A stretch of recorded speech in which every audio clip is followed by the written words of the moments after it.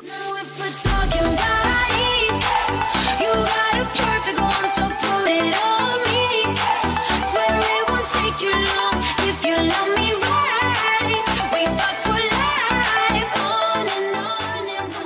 voici pour une toute nouvelle vidéo. Cette fois-ci, ça va être une vidéo spéciale pour tout ce qui est examen qui vont arriver, tout ce qui est préparation en amont. C'est vrai que c'est une vidéo en fait qu'il faudrait faire en septembre et non pas à un mois des examens en fait, ou en plein examen, qui sait. Hein. Donc en fait c'est une vidéo en fait que je veux faire, ça fait depuis un mois, mais comme j'ai beaucoup de choses à faire, j'ai pas pu vous les faire avant.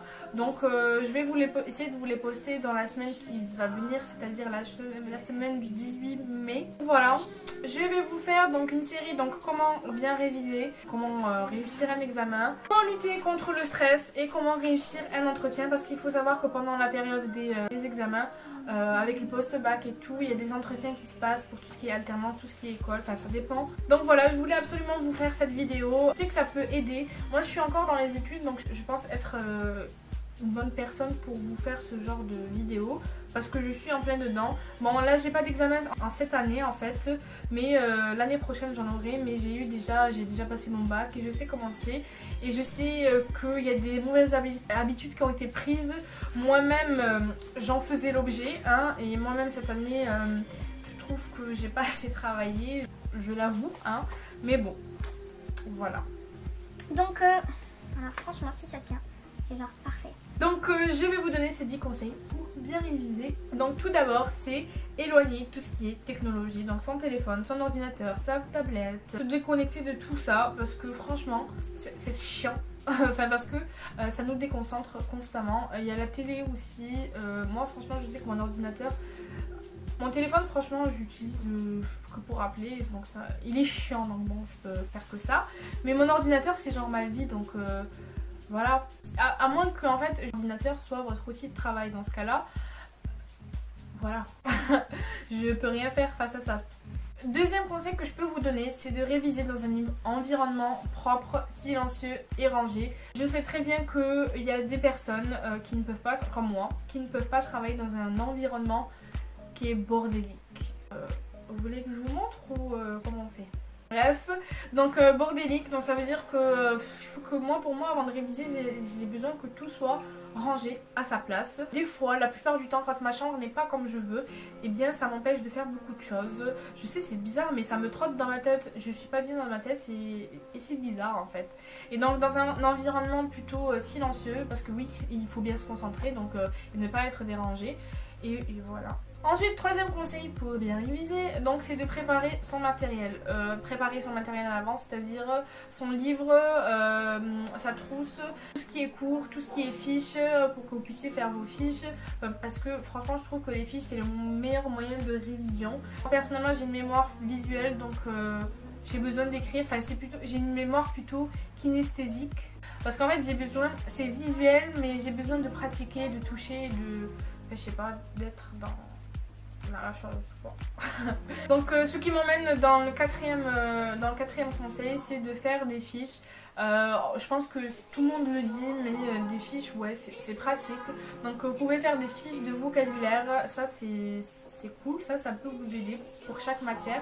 Par exemple, pour tel ou tel chapitre, vous devez savoir tel ou tel mot pour pouvoir les réutiliser correctement si vous devez faire une synthèse ou un commentaire composé ou je sais pas quoi, ou une thèse, ou je sais pas. Voilà. Cinquième conseil, pendant que vous faites vos fiches ou carrément en fait sélectionnez les passages importants de la leçon, n'hésitez pas en fait à prendre des stylos en couleur ou des surligneurs afin de surligner ces passages là qui sont très importants. C'est vrai que c'est une étape qui est plutôt délicate parce que pour moi tout est important, donc mon cours, comment dire, il y a tout qui est surligné, donc voilà, c'est vrai que j'ai du mal à faire des fiches, mais j'essaye et j'arrive à me restreindre. Donc essayez de prendre le plus important, les exemples, essayez de les noter aussi, c'est important, parce que si vous avancez un argument et que vous n'êtes pas capable de l'illustrer juste après, ce qui est toujours mon problème, vous êtes dans la merde comme moi. Donc moi je vous conseille de mettre les exemples, ils sont tout aussi importants. Après, pour faire vos fiches, vous n'êtes pas obligé de faire des phrases de malade quoi, et de faire des majuscules, un point, des virgules, non. Faites faites des petits points, listez les choses, écrivez en abréviation, et vous cassez pas la tête quoi, parce que sinon on y sera encore dans 20 ans. Hein. 6e conseil, c'est le travail en groupe. Je sais pas pour vous, moi ça dépend. Ça peut m'aider en fait de travailler avec quelqu'un. Des fois par exemple, en fait, j'ai une mémoire multi-type moi, parce que je viens de me rendre compte que j'ai une mémoire aussi auditive. Parce qu'en fait, des fois, une copine à moi en fait me fait réviser, en fait elle me dit les choses, elle me lit le cours, et c'était un moment, et du coup moi c'est pour que je puisse lui dire en fait la suite. Et en fait, je trouve que je mémorise mieux parce qu'en fait, le jour du contrôle, je me souviens, bon du coup c'est aussi visuel, je me souviens du moment où on a fait ça et de la réponse que je lui ai dit. Du coup en fait, j'arrive à le ressortir. Et des fois, je m'étonne moi-même parce que des fois, il y a des trucs sans importance auxquels je me rappelle et qui finalement ont toute leur importance. Alors, je viens de faire une phrase que moi-même je ne comprends pas, mais c'est pas grave. Ça pour dire que le travail en groupe peut être très sympa. Bon, en groupe c'est à partir de 2 personnes, hein, donc voilà. Mais après vous pouvez être à plusieurs. Vous pouvez vous réunir dans la bibliothèque de votre ville ou sinon dehors puisque c'est la période où il va faire beau. Donc vous pouvez vous faire des pique-niques et voilà. On dirait que je suis en train de vous dire un monde parfait où la révision se fait parfaitement avec ses amis en pique-nique. Ouais, ça peut.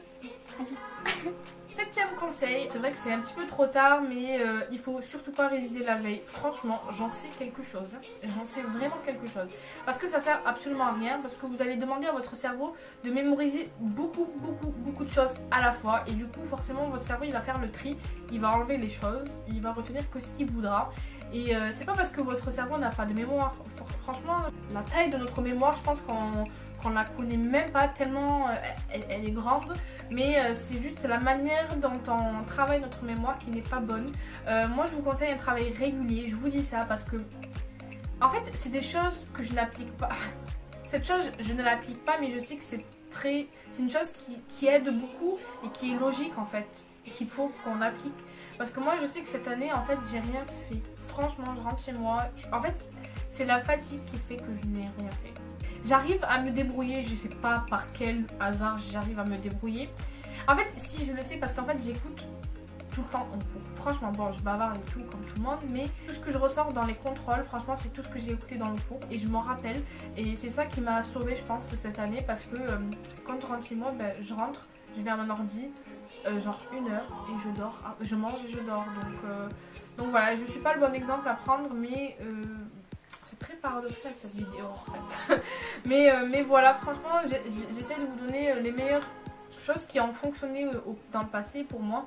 Là j'ai fait ma maline cette année, mais l'année prochaine je ne ferai pas ma maline parce que là ça va être très dur. Et puis voilà, je vais pas rester 10 ans sur la même chose. En gros, ce qu'il faut que vous reteniez, c'est un travail régulier. Franchement, c'est la vérité. 8e conseil, alors c'est un conseil que l'on néglige parfois parce qu'en fait on se contente de faire juste de lire seulement le cours ou de mémoriser le cours, mais ce qu'il faut savoir c'est qu'il faut s'exercer en faisant des exercices tout simplement, surtout en mathématiques, parce que si vous allez apprendre le cours sans vous être exercé, je peux vous dire que vous allez vous planter le jour de l'examen, hein, parce que les maths, enfin il faut s'exercer parce que je sais pas, c'est logique, non? Moi je trouve ça logique pour les maths. Après pour tout ce qui est commentaires composés en histoire, pour les bacs d'histoire, il faut s'exercer. Pour les cartes, vous savez en géographie, non. Donc ça veut dire que vous allez avoir des cartes aussi à mémoriser. Moi je vous conseille de refaire tout le temps les cartes, de connaître les villes et tout, et voilà, de connaître vos chapitres, parce qu'en fait moi je l'ai découvert à la fin de l'année que en fait, vous savez, vous avez des chapitres de géo, donc et à la fin vous avez des cartes. Et moi je pensais que c'était 2 choses différentes, mais en fait comme une débile, c'est à la fin de l'année que j'ai appris que les cartes c'était le cours. Oui, je sais pas, bref. Sachez qu'en fait les cartes ça représente le cours, donc si vous avez compris la carte, ça veut dire que c'est très facile pour vous d'apprendre le cours, ou pas forcément, hein, vous pouvez retenir comme ça peut être logique pour vous si vous êtes passionné ou pas. Après, tout ce qui pour l'histoire, franchement, c'est de l'apprentissage, vous n'avez pas besoin de faire d'exercices, c'est que des dates, il faut être régulier et apprendre et apprendre. Et faites des liens, parce que ça, je ne l'ai pas fait. Faites des liens en fait, parce que tout au long de l'année, vous avez étudié des choses, Au début vous avez l'impression que aucune leçon a un lien, mais en fait ils ont tous un lien parce qu'il y en a qui sont genre la guerre froide, non la première et deuxième guerre mondiale après la guerre froide. La guerre froide c'est après la première et deuxième guerre. Du coup ça va ensemble, donc vous pouvez vous faire une fiche pour ces 3 chapitres là en fait. Voilà, vous le faites à la suite. Partie 1 première guerre mondiale, partie 2 deuxième et partie 3 guerre froide et voilà. Je suis en train de me surprendre à faire parce que je suis fan de cette idée là et du coup je me dis pourquoi je l'ai pas fait et je regrette de pas avoir l'histoire comme non heureusement que je n'ai pas l'histoire mais bon c'était un moment nostalgique donc ça va. 9e conseil, j'ai complètement oublié en fait mais je vous ai un petit peu dit ça avant, mais c'est par rapport à la mémoire. Donc en fait tout simplement il faut adapter les révisions selon son type de mémoire, c'est-à-dire soit kinesthésique, soit auditive, soit visuelle. Bon la mémoire sensitive, je pense pas qu'elle va vous servir à grand chose pour réviser, d'accord, donc voilà. 10e conseil, c'est de faire des pauses pendant vos révisions. Moi je vous parle pas tout au long de l'année parce que je peux faire des pauses, mais je vous parle quand c'est genre dans un mois, dans 2 semaines, dans 3 jours, dans... Voilà, de vous parce que je pense que vous allez faire que ça, réviser, no life, pas de vie sociale ni rien du tout pendant ces temps-là. Mais, enfin, je rigole hein, parce que je dis ça, mais il y a des gens qui font ça. Moi, je vous dis pas de vous enfermer dans votre chambre et de réviser non-stop 24h/24. Non, moi, je vous encourage à sortir, à vous libérer un petit peu l'esprit parce que à force de trop travailler, le cerveau il va plus retenir et vous n'allez pas être efficace en fait. Je vous conseille de travailler le matin parce que le matin c'est là où on est le plus actif. Enfin, c'est là où on est plus concentré, on est capable de retenir des choses. Moi je l'ai remarqué en cours, je suis très concentrée le matin et par contre quand c'est l'après-midi, moi c'est l'heure de la sieste, hein, je peux pas me concentrer l'après-midi. Parce qu'en fait l'après-midi c'est nous, je sais pas, déjà ce qu'on a subi le matin, après le manger en plus. Enfin voilà, donc je vous conseille pendant parce que je pense que vous allez avoir des temps de révision. Moi je vous conseille de travailler le matin et après de vous libérer l'après-midi. Et après peut-être le soir quand vous rentrez, vous révisez vite fait vos fiches histoire de ne pas oublier et vous refaites ça le lendemain. Et franchement je pense que ça va vous aider et voilà. Enfin bref. J'espère que cette vidéo vous aura plu. N'hésitez pas à vous abonner. J'espère qu'elle vous aidera pour vos examens. Si c'est le cas, dites-le moi. Je serai ravie de le savoir. Donc voilà, je vous fais de très gros bisous et je vous dis à très vite. Ciao!